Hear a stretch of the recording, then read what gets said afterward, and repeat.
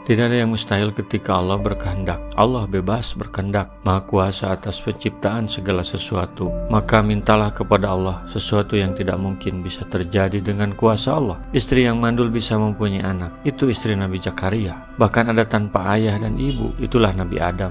Di sini diceritakan anak tanpa ayah melalui Maryam bin Imran. Wadhkur fil kitabi Maryam إذ انتبذت من أهلها مكانا شرقيا. Dan ceritakanlah Muhammad kisah Maryam di dalam kitab Al-Quran, yaitu ketika dia mengasingkan diri dari keluarganya ke suatu tempat di sebelah timur Baitul Maqdis. Maryam adalah putri Imran, keturunan Daud alaihissalam. Maryam berasal dari keluarga yang bersih lagi baik di kalangan Bani Israel. Allah menceritakan kisah saat ibunya melahirkan dia di dalam surat Ali Imran. Ibunya bernazar bahwa jika kelak anaknya lahir dengan selamat, maka anak itu akan dijadikan sebagai pelayan Baitul Maqdis. Di masa itu mereka biasa melakukan amal taqarrub dengan cara demikian. Maka Tuhannya menerimanya sebagai najar dengan penerimaan yang baik dan mendidiknya dengan pendidikan yang baik. Ali Imran ayat 37. Maryam memisahkan diri dari mereka, menjauhi mereka dan pergi ke arah timur Baitul Maqdis. As-Sadi mengatakan bahwa demikian itu karena haid yang dialaminya. Muhammad Ibn Ishaq mengatakan bahwa Maryam pergi dengan membawa timbanya untuk mengambil air minumnya. Naub al-Waqali mengatakan bahwa Maryam membuat suatu rumah untuk tempat ibadahnya. Hanya Allah yang mengetahui kebenarannya. فاتخذت من دونهم حجابا فأرسلنا إليهم روحنا فتمثل لها بشرا سويا. Lalu dia memasang tabir yang melindunginya dari mereka. Lalu kami mengutus roh kami Jibril kepadanya, maka dia menampakkan diri di hadapannya dalam bentuk manusia yang sempurna. Maryam menutupi dirinya dan bersembunyi dari pandangan mereka. Maka Allah mengutus kepadanya malaikat Jibril alaihissalam. Malaikat Jibril berganti rupa menjadi manusia yang sempurna. Ketika menyendiri menutup diri dari pergaulan dunia luar yang kurang baik, malah datang laki-laki yang sempurna. Tentu ini cukup mengagetkan. Qalat inni a'udzu birrahmani minka in kunta taqiyya. Dia berkata, sungguh aku berlindung kepada Tuhan yang Maha Pengasih terhadapmu, jika engkau orang yang bertakwa. Setelah Jibril menjelma dalam rupa manusia yang sempurna di hadapan Maryam, saat itu Maryam berada di suatu tempat yang menyendiri. Antara dia dan kaumnya terdapat hijab atau dinding penghalang. Maryam merasa takut kepada Jibril.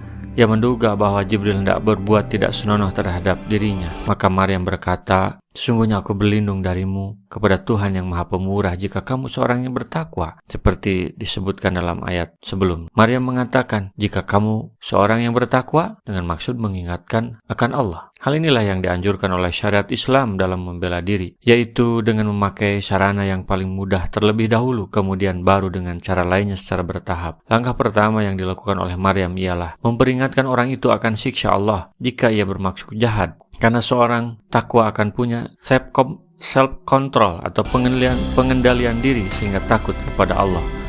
Qala innama ana rasul rabbik liahaba laki ghulaman zakiyya. Dan Jibril berkata, sungguhnya aku hanyalah utusan Tuhanmu untuk menyampaikan anugerah kepadamu, seorang anak laki-laki yang suci. Saat Maryam mengingatkan Jibril kepada Tuhan yang Maha Pemurah, maka malaikat Jibril gemetar karena takut dan wujudnya kembali berubah seperti rupa aslinya. Malaikat menjawab untuk melenyapkan rasa curiga dan takut Maryam terhadap dirinya yang menduga bahwa ia mau memperkosanya. Keadaanku tidaklah seperti yang kamu duga. Sesungguhnya aku ini hanyalah utusan Tuhanmu. Allah lah yang mengutusku kepadamu untuk memberimu seorang anak laki-laki yang suci. Qala innama ana rasul rabbik liahaba laki ghulaman zakiyya. Qalat anna yakunu li ghulamun wa lam yamsasni basharun wa lam aku baghiyya. Ya, Maryam berkata, bagaimana mungkin aku mempunyai anak laki-laki, padahal tidak pernah ada orang laki-laki yang menyentuhku dan aku bukan seorang pezina. Maryam merasa heran dengan berita tersebut, maka ia mengatakan, bagaimana aku bisa punya anak laki-laki? Dengan cara apakah akan terjadi kelahiran anak laki-laki seperti itu dariku? Padahal aku bukanlah wanita yang bersuami dan mustahil aku berbuat lacur. قال كذلك قال ربك هو علي هين ولنجعله آية للناس ورحمة منا وكان أمرا مقضيا. Jibril berkata, demikianlah Tuhanmu berfirman, hal itu mudah bagiku, dan agar kami menjadikannya suatu tanda kebesaran Allah bagi manusia dan sebagai rahmat dari kami.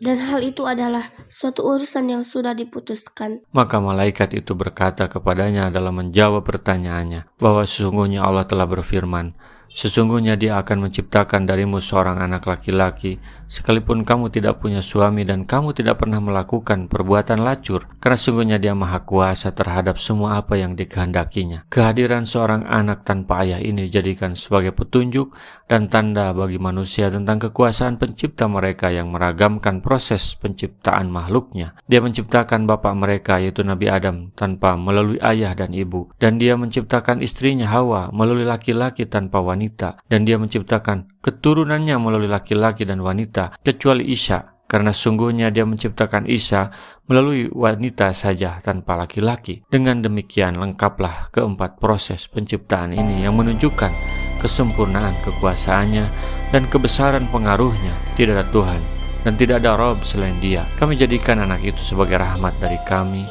seorang nabi yang menyuruh manusia untuk menyembah Allah dan mengesakannya. Ia akan menjadi penerus dakwah sebagaimana yang dicita-citakan oleh Imran ketika meminta keturunan kepada Allah, yang ternyata meminta laki-laki yang lahir Maryam, seorang anak perempuan. Muhammad Ibnu Ishaq telah mengatakan sehubungan dengan makna firman dan hal itu adalah suatu perkara yang sudah diputuskan, yakni sesungguhnya Allah telah menetapkan perkara itu dan bahwa perkara itu harus terjadi. Inilah qada atau keputusan Allah.